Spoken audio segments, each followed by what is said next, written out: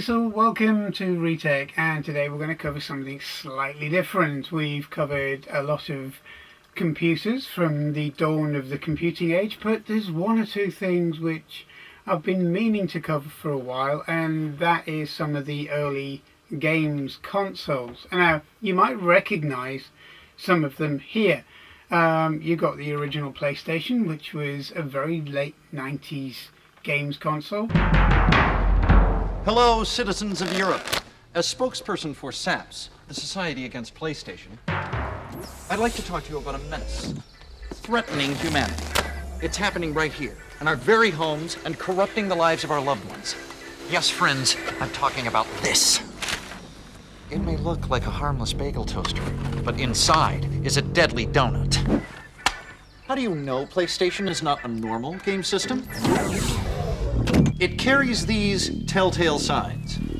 Scientists say its effects are mind-boggling. Users lose all sense of reality and enter another world. Here we have a normal, healthy young man. And here we have a fellow who's been experimenting with PlayStation for only a few minutes. Proof that we saps must be on our guard. Remember, do not underestimate the power of PlayStation. Then you have the Xbox original, or Xbox, really the Xbox One, but the naming convention kind of got slightly confusing as its kind of range grew, but the original Xbox.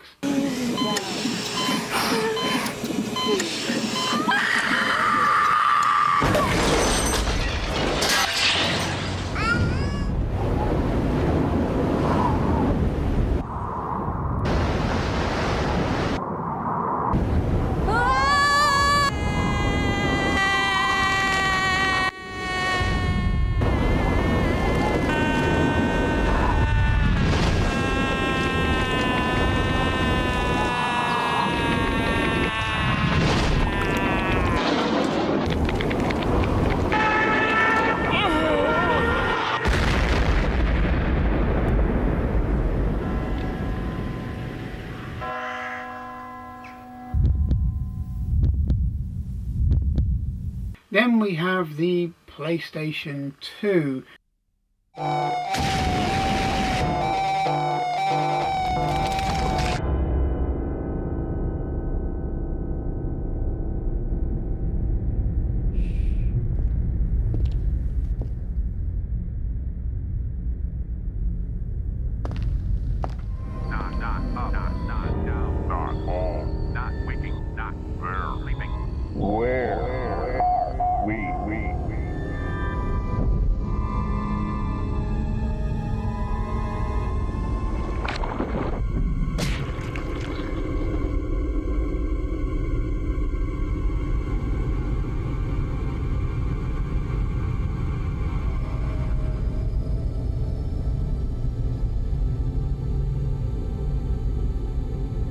Welcome to the third place.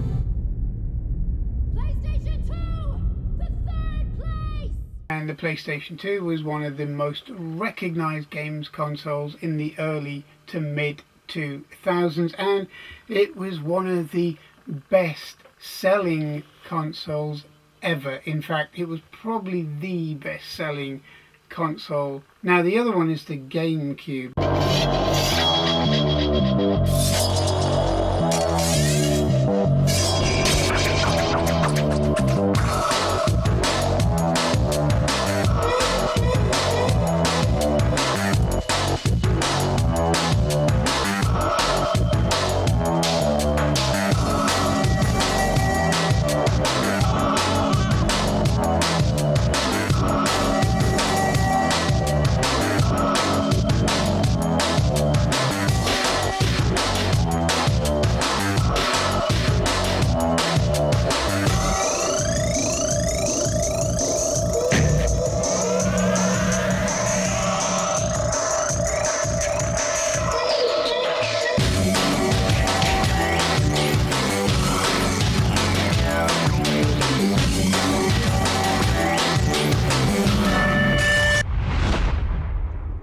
Now the GameCube and the Xbox, the original Xbox, were kind of on par in terms of sales, in overall sales. So there wasn't a lot to separate these two units as far as all out sales are concerned. But you got to remember that the Xbox was Microsoft's first foray into the gaming market, as in console market, where the GameCube was not Nintendo's first jump into the console market.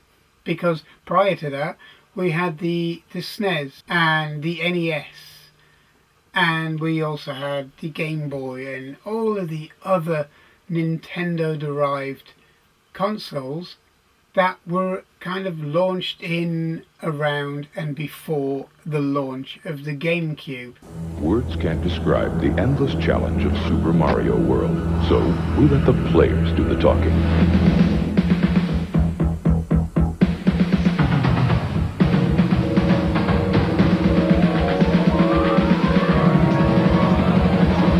Super Mario World is here. It's one of the new generation of Nintendo games. It comes only with Super Nintendo, and it's like nothing you've ever faced. Now you're playing with power, superpower. They said it wasn't humanly possible, but now you can have all the power and excitement of Nintendo right in the palm of your hand. Introducing Game Boy. It's portable, it's in stereo, and its games are interchangeable. Plus, Game Boy comes with the outrageous new game, Tetris. And for head-to-head competition, use the revolutionary video link and blow your opponent away.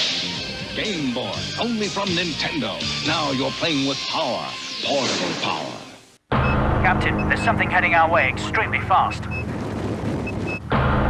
It's coming straight at us. I've never seen anything like it before.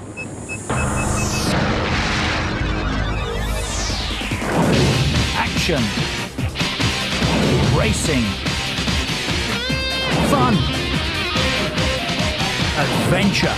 Nintendo 64, the fastest, most powerful games console on Earth, now at $99.99.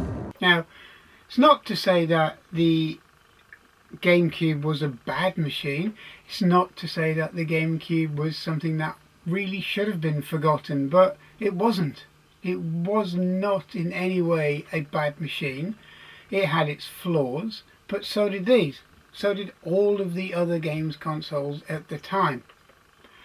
But it didn't get the foothold for one reason or another, which we'll go into. The GameCube really didn't grab anyone's attention in the way the original PlayStation or the next generation PS2 did.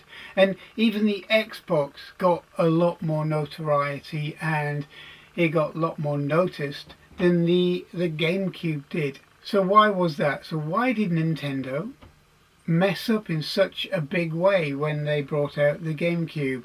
So the GameCube was launched in 2001, and that wasn't that long after, you know, the hype of the original PlayStation, and it was a little later than the PS2. Now, it was held up in development, and that kind of hurt the GameCube, but also Nintendo themselves weren't really that bothered about the hype that was surrounding the other machines, such as the PlayStation 2.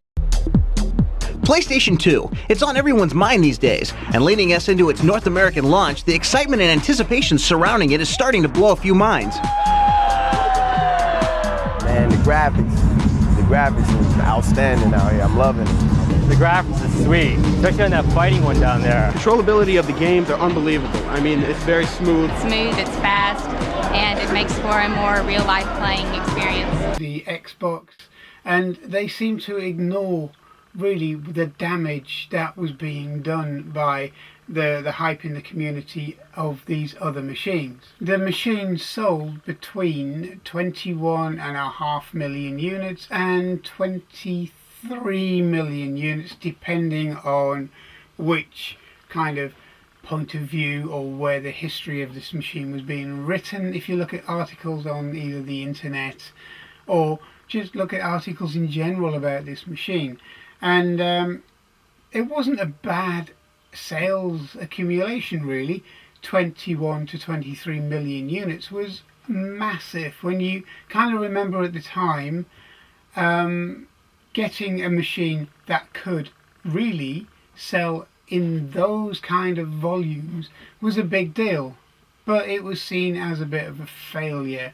Now you've got to remember that in the kind of the tech wars and the computer wars of the early 80s, if a company sold 1 million units, they were doing well. If Sinclair sold 5 million units across the lifespan of the ZX Spectrum, which wasn't far short of the lifespan of the GameCube, then they were doing very, very well.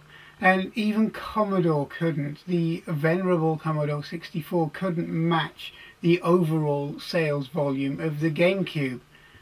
And it seems a bit strange that it's now kind of gone down in history as a failure. But, you know, these things, looking back retrospectively, kind of changed things a little bit to the ideas and opinions of the time. Now the hardware on the GameCube was very, very different. It used a PowerPC processor. Now that was unusual at the time, but it was designed really to make development of software far easier than the PlayStation and the Xbox. And to some extent that actually did work, but the machine was not as popular with developers as these other three machines that were here. Now, not sure the biggest reason for that was maybe it was late to market, which it was very late in comparison to how quickly these other machines arrived on the market and how much of a foothold they took.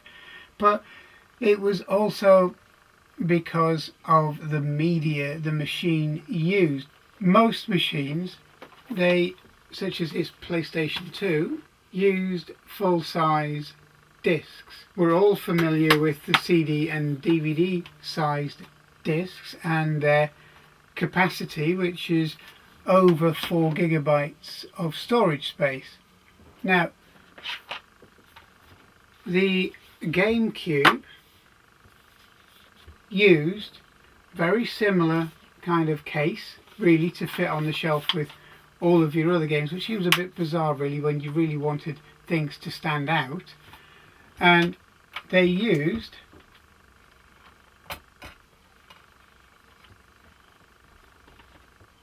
mini discs, very similar really to the Sony mini disc, and it was based on the DVD format, which really on a full-size disc can hold over 4 gig of data. These 1.5 gigabytes, that is its capacity. Now that was a bit of a shortfall really for a console that was being touted as the next generation machine, and especially when you consider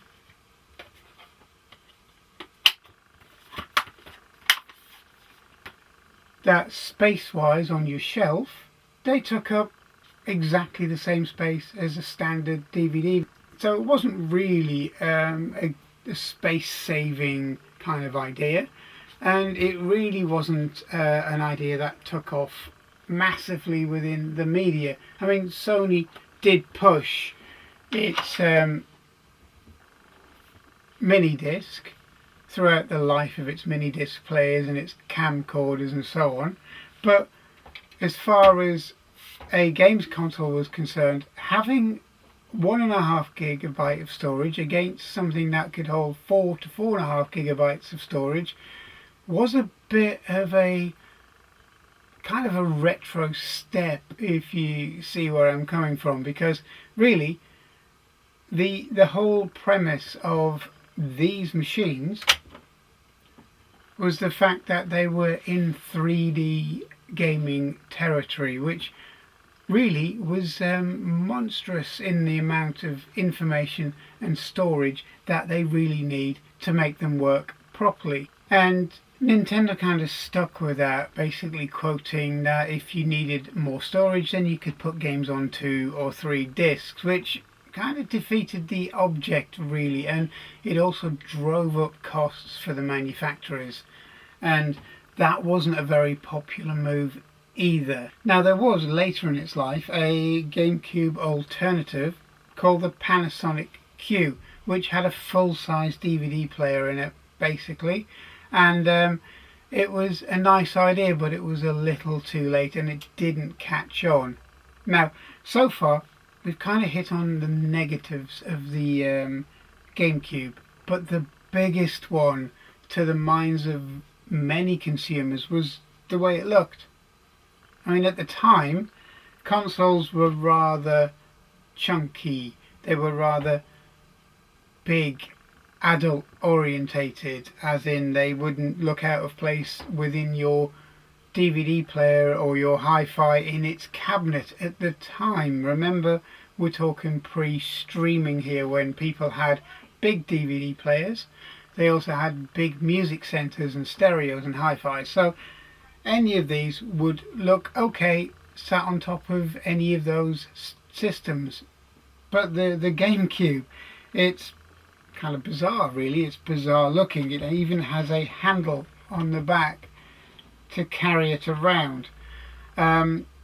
It's quite basic in its form. It's a cube. It's kind of what Steve Jobs did with his machine. It's just a cube, and it's not massively aesthetically exciting when you look at it in comparison to the other machines. Now, one of my favourite machines is the original Xbox, the way it's styled. I think they put a lot more effort into the original Xbox than they did in the Xboxes that followed, such as the S and so on. But the GameCube really kind of looked like, I don't know really, it's more of a 1980s portable CD kind of player kind of look to it, and with its big kind of buttons to turn it on and off, and its big chunky eject mechanism. And you know, it's not displeasing, but it's not exactly the last word in kind of form really for these, but it was very practical. It was something you could carry around. It had your controller ports on the front, and it was quite a compact little unit, but the problem was it looked like a child's toy. These looked more grown up, and this looked like a child's toy. Now, it didn't help with the fact that a lot of the games were definitely child orientated, you know, for the younger market, and that wasn't a bad thing. So looking back now at all the games consoles that have been out there since, such as the original Xbox, the PlayStations, the later Xboxes and so on, they seem to be more adult orientated content. They seem to be more on the violence, the GTA, the bad language, the photorealistic graphics, and getting away from that now with the GameCube 20 years later. It's kind of refreshing to see that there were consoles out there that weren't so adult orientated. And it wasn't to say these machines couldn't play more adult orientated material, such as Star Wars.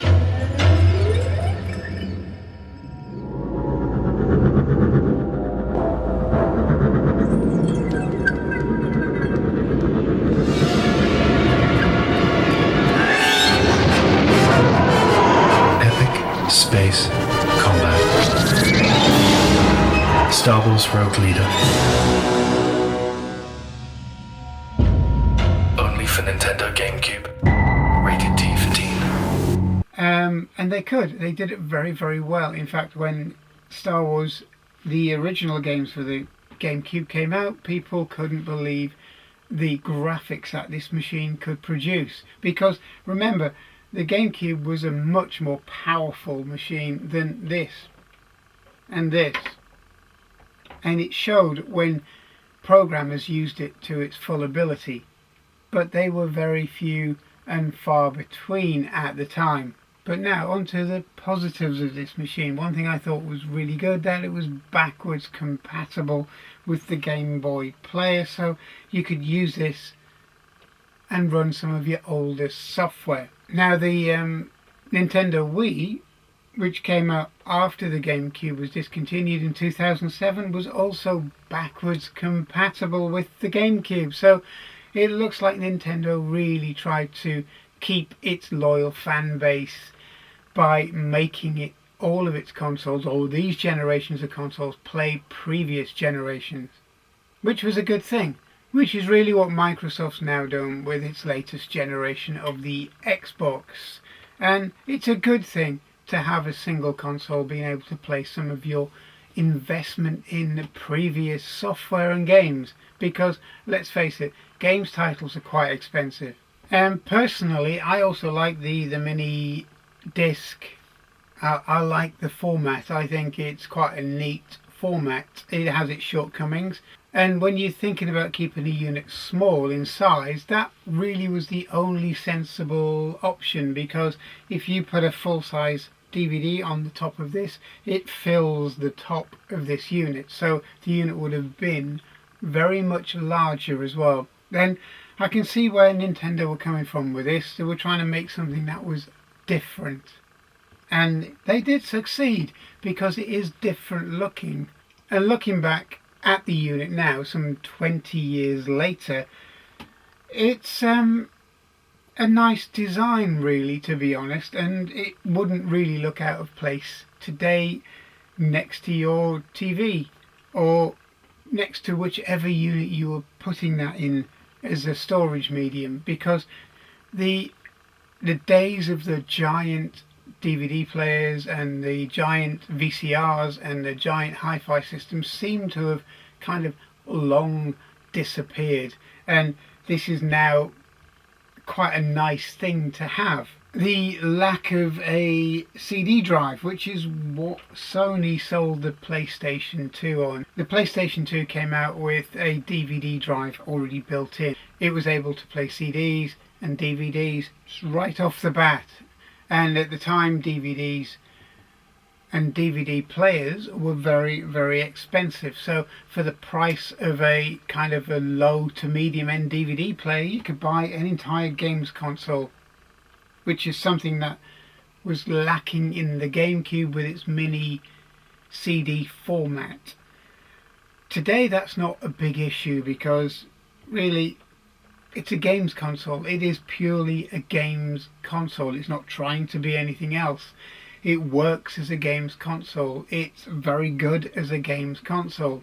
We don't need the extra functionality of having a DVD drive, which was something I believe the PS2 traded on, because I'm wondering how many PS2s were used primarily to run DVDs, to watch your movies rather than play games, where this was just a games machine and it plays some epic games. It's good to be bad in Bond's world. GoldenEye, rogue agent. The Xbox went down the same route really as the PlayStation 2, because you could get the DVD remote and adapter to allow you to play DVDs and use a remote control. And again, they were selling their consoles on kind of dual functionality, where the GameCube was just a games machine. It didn't have the kind of connectivity and the online gaming that the Xbox really had, and even the PlayStation to a kind of more or less the same extent. The Xbox was built around really online gaming, because Xbox Live was a big feature of Microsoft's push into the gaming market, and it still is even up to today.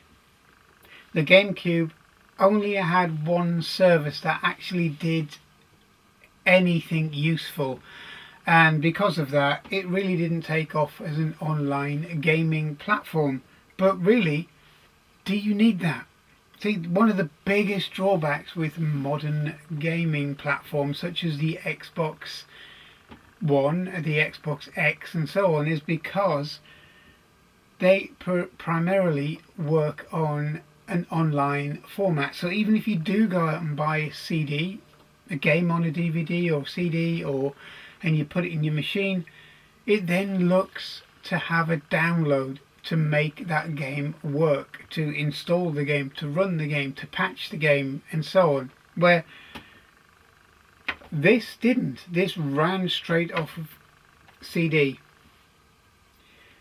The original Xbox ran almost most of its games straight out of the shop, off of its discs.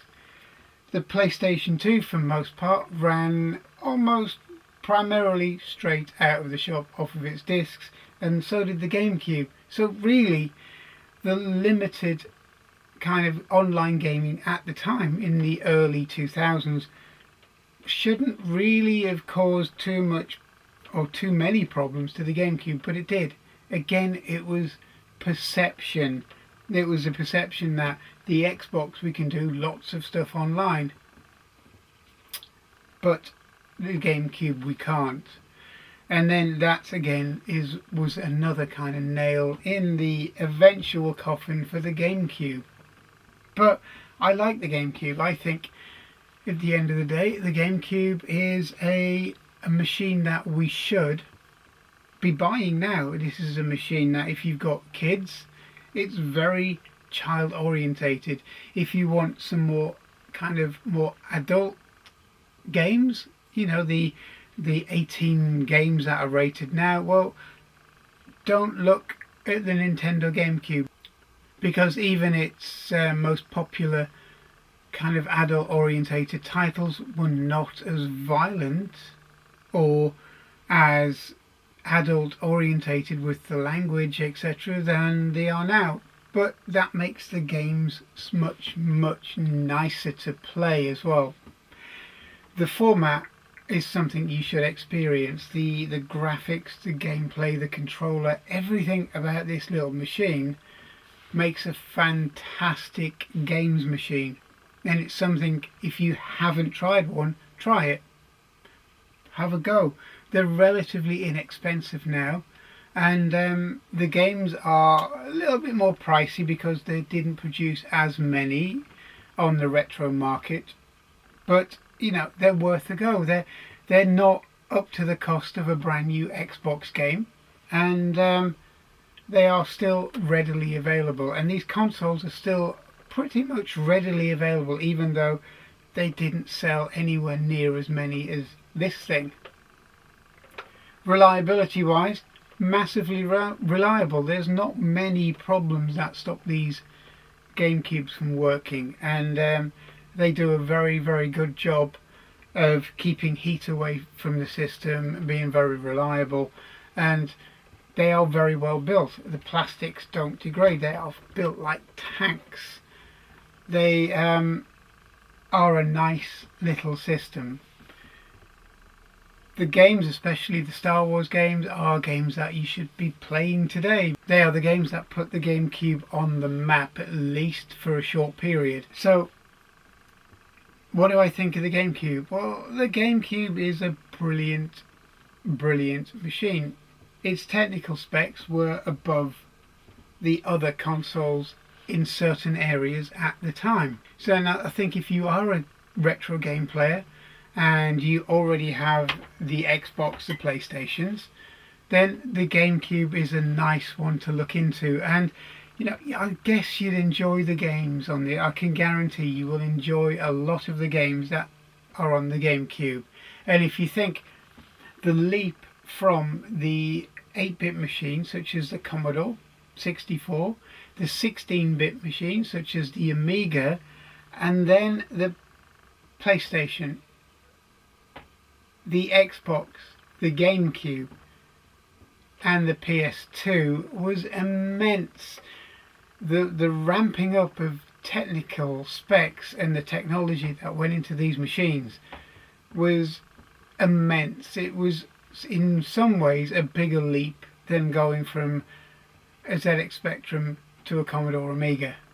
And this is why these retro and older games machines are probably so popular now that the prices of these machines are going to go up literally by the month. So if you're into your games and you're into your retro games and you're into your console collecting, grab a GameCube and I'll guarantee you'll play this just as much as any of your old retro consoles. So thanks for watching, and I hope you enjoyed this look into some of the other tech that was around, and I hope you will subscribe, and I hope to see you again soon. So thanks for watching, and I'll see you soon.